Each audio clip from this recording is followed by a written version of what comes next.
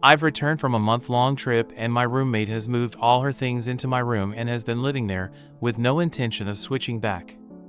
Hi there. I'm writing this on a throwaway because, to be honest, I never thought I'd need to post here, but what can you do? So I moved into this flat about 8 months ago. I met Lana online on a roommate website and we clicked well. She's a bit younger but seemed mature. We quickly agreed to be roommates. Both of us were under time constraints to find a place to live, but have got on really well so far, up until this. Our flat is a 2-bedroom, and to be frank, my room is clearly the better one. It's bigger and has built-in wardrobes. When looking for the flat, I found the place first on my own and put down a deposit to take it off the market while I found another roommate. The flat was perfect, cheap rent, and my aunt manages the property, so I was keen to snap it up before anyone else did. The area it's in is popular, so I wasn't really worried about not finding someone to room with. Because of the above and that I was there first, I took the bigger room naturally. When showing potential roommates, including Lana, round, I was sure to show the smaller room and say this would be your room. We moved in 8 months ago, and it's been happy families. Never heard Lana complain about her room. Because I have about 6x the wardrobe space that she does, I told her she's welcome to store her off-season clothes in there, or whatever she wants to store, as long as she's not popping in every morning to get dressed. She was happy with this. Just over a month ago, I went traveling. Now, I'm not the biggest fan of having people in my room, but I told Lana if she had someone stay, her sister, friends from home, they could sleep in my bed. She said thanks, and as she's been such a great roommate and rarely has guests except her boyfriend, I didn't worry at all. I came back yesterday. I was exhausted from the flight and traveling and just wanted to shower and sleep. As I walked in, Lana was in the living room with her boyfriend. We said hello and hugged, had a very quick catch up, blah blah. Then I dragged my suitcase to my room, opened the door and found it full of stuff that was not mine. I kind of yelled what the fuck, and briefly thought I was so jet lagged I was confused, but opened the door to Lana's room and saw all my stuff. I walked into the living room and asked Lana what was going on, and she said, "Oh sorry, I forgot to mention, we put my stuff in your room just because it's bigger and you weren't here and you said I could use it." I was honestly so tired I could have passed out then, so I probably wasn't in the best state, and told her to move it all back immediately. She said they were in the middle of making dinner and I looked tired, so I should have a sleep. Her boyfriend then said, "And anyway, you pay the same rent, so isn't it fair that you both get the big room at some point?"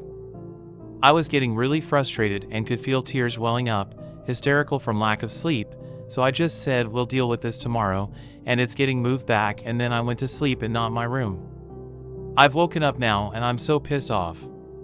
Lana's at work, so I can't talk to her, but what should I do when she's home? I feel like this is going to turn into an argument.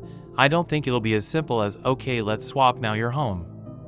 TLDR, I went traveling for a month and told my roommate she could use my room for guests if needed. While I was gone, she swapped all our stuff and moved into my much bigger and better bedroom. Never had a problem with her before, but she doesn't seem like she's planning on swapping back. What do I do when I speak to her after work? Edit, I've taken the advice of most people on this thread and moved my stuff back. It's taken hours and I'm knackered, but I think if I left it another night it would be a real problem. I sent her a text when I was almost done, in case she kicked up a shitstorm and came home, to say, "Hi Lana. Hope you're having a nice day at work. Just to let you know I'm moving my stuff back into my room, didn't want you coming home and walking into the wrong one, smiley face. Yes, I'm petty."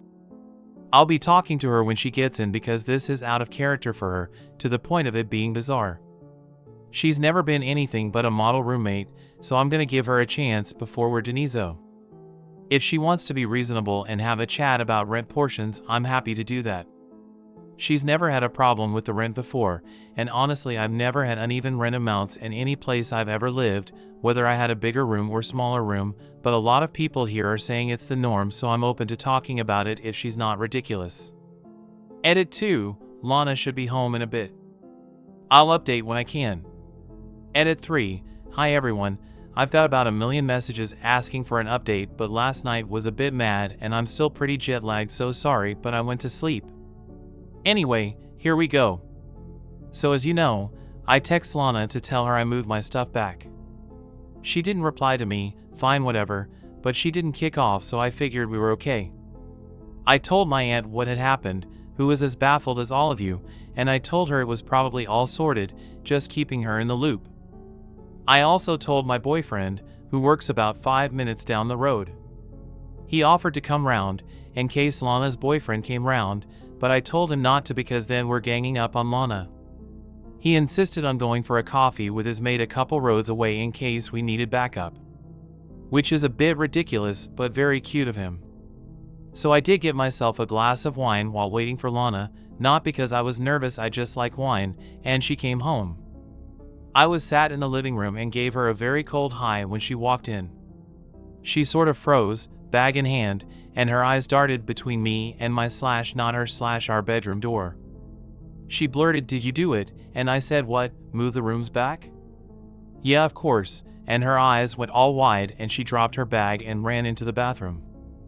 I could hear her talking on the phone, so I was like, yippee, I guess Tom's coming round fooin'. I heard the door unlock and I was about to go full Hulk on how psycho she is when she came out of the door and stood between our bedrooms. Their doors are adjacent and she just stared between them both, breathing heavily. It was really odd. Then I noticed she was crying and getting a bit panicky, so I asked what was going on. She burst into tears and said, "OMG, he's going to kill me," and just sobbed. So yeah, it was the boyfriend's idea completely, as a lot of us suspected. She's honestly always been a perfect roommate, which is kind of why I came to this sub. If she was generally an arsehole, I would have known how to act, if you know what I mean. Anyway, Lana has a bit of a breakdown, and it turns out POS Tom has always been a bit of a POS, very jealous, which I always saw hints of, but Lana never mentioned, so I didn't, and has amped up his posishness while I've been away. When I left, he just finished school and basically moved in unannounced, and when she'd mention he hasn't been home in days, he'd give her the "what, don't you love me, I treat you so well, you're so selfish," blah blah shit, and refused to move. She showed me the texts he sent her, absolutely horrific stuff, things like "ring me in the next 5 minutes or we're over, send me a picture of you at your desk with something showing today's date so I know you're at work," just abusive stuff. On to the room, as we guessed, he moved it. He did it while she was at work, which is actually a bit gross thinking of him going through my stuff, and I'm considering somehow implying I have crabs or something he could catch just to make him squirm a bit, but I'll work on it. Lana came home and said, "What are you doing?" He made out it was just temporary and that I wouldn't mind, such a gentleman speaking on my behalf, and he would move it back, and he was doing TI for her and she was so selfish, etc.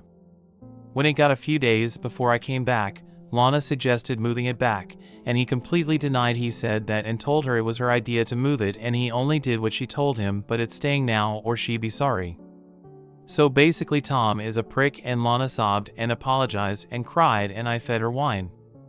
She didn't want to see Tom, who obviously assumed he lived there now, so I texted him from her phone saying our landlady, my aunt, was coming round for an inspection and staying for dinner after with my family and he couldn't come over tonight.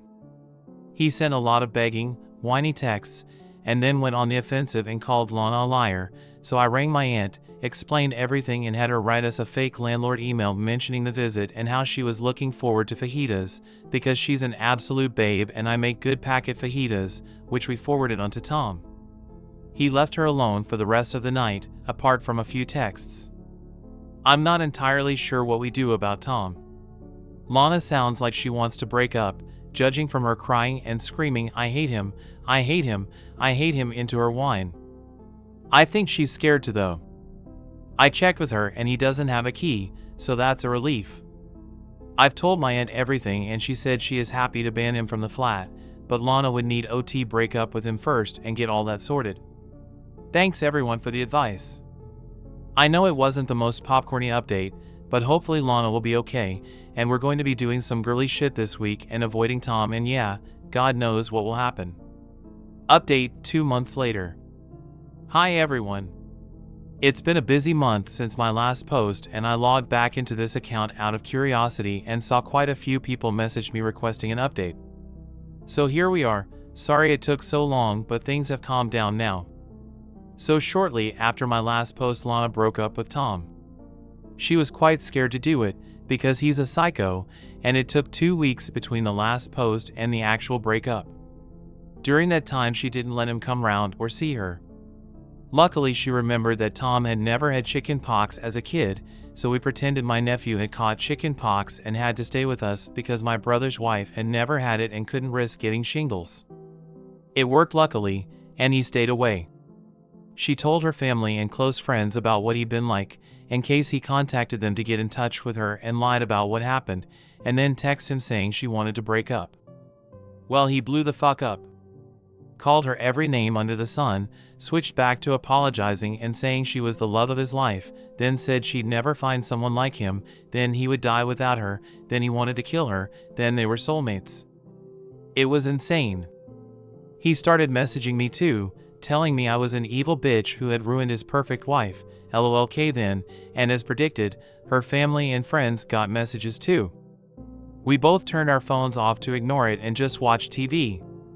Later, I briefly switched mine on, where I had a lot of messages from my friends telling me to block some guy on my social media. It was Tom calling me every one imaginative combination of the C word he could think of all over my public Instagram page. There were even a few racial slurs, which was odd because we're both white, but okay. Lana had already blocked him on everything, but silly me forgot to make my Insta private. The next day he rang Lana's office. She was so embarrassed, it was awful, to tell her he was driving down to our flat. She rang me, and I rang my aunt, who you remember manages the property, who told us it was time to call the police. We filed a report about Tom and they said to update us on the situation. In the UK you need to go to court to actually get a restraining order, so we haven't as such, but the evidence is all there and documented if we need to go that far. The police rang Tom, at our request, told him they'd seen the messages and to turn his car around because if he turned up at our door he'd be arrested. Police officers here are amazing, can I just say? Tom managed to shit himself hard enough to not show up after that. So we were fine for a week. Then the post came. Tom started sending letters. Threats and soppy "I love you" shit. Flowers. Then a pizza that we had to pay for. We were actually hungry, so we ate it. He signed us up to a magazine subscription. It was bizarre. We went to the police again. They filed everything, but Lana didn't want to go to court. I don't blame her, she was incredibly stressed by the whole thing. So 2 weeks ago I took my aunt and mother out to dinner. I told them both about the situation and my goddess of an aunt had an idea. She manages about 30 properties, not just the one we live at, has had a few that were unoccupied now, with school finishing. She told me she would show us round all the 2 bedrooms she had, and we could live in any of them for the same rent we pay now, and just transfer over our deposit/fees, as long as there were no damages to deduct, and we helped do a deep clean to get it ready for the next tenant. We found one within a 5-minute drive that's just as lovely and, to anyone concerned about the previous rent dispute, has equally sized bedrooms. So we moved. Which is why the last 2 weeks have been manic, but we're settled in now. Tom has now been informed that we've moved, because the stuff he's sent since has been returned. Lana and I are completely no contact with him, and anyone who visits us is sure not to pass on our address to Tom. Also, I apologized to Lana about the issue with paying the same amounts of rent.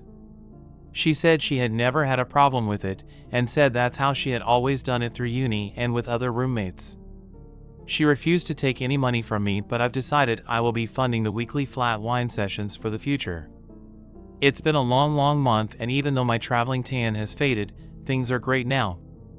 Thanks for all your advice before, guys, even the ones I didn't agree with, and let's all pray to baby Jesus that I have a calmer living situation from now on. TLDR, Lana split with Tom, Tom went insane, we called the police and they scared him off, so we haven't needed to get a restraining order, yet.